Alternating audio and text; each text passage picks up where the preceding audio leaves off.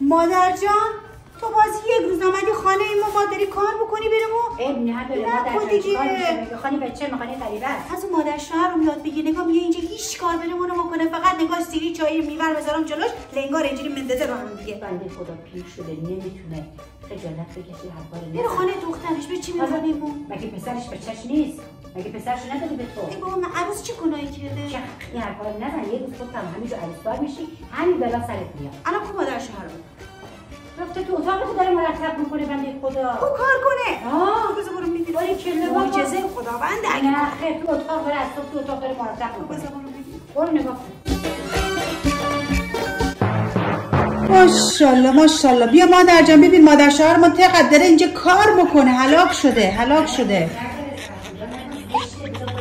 گرفته خوابیده مادر جان. ای بابا مگه اینجا مگه اینجا هتله؟ تخت موی هم گرفته خوابیده رو تخت مو گرفته خوابیده خدا. مادر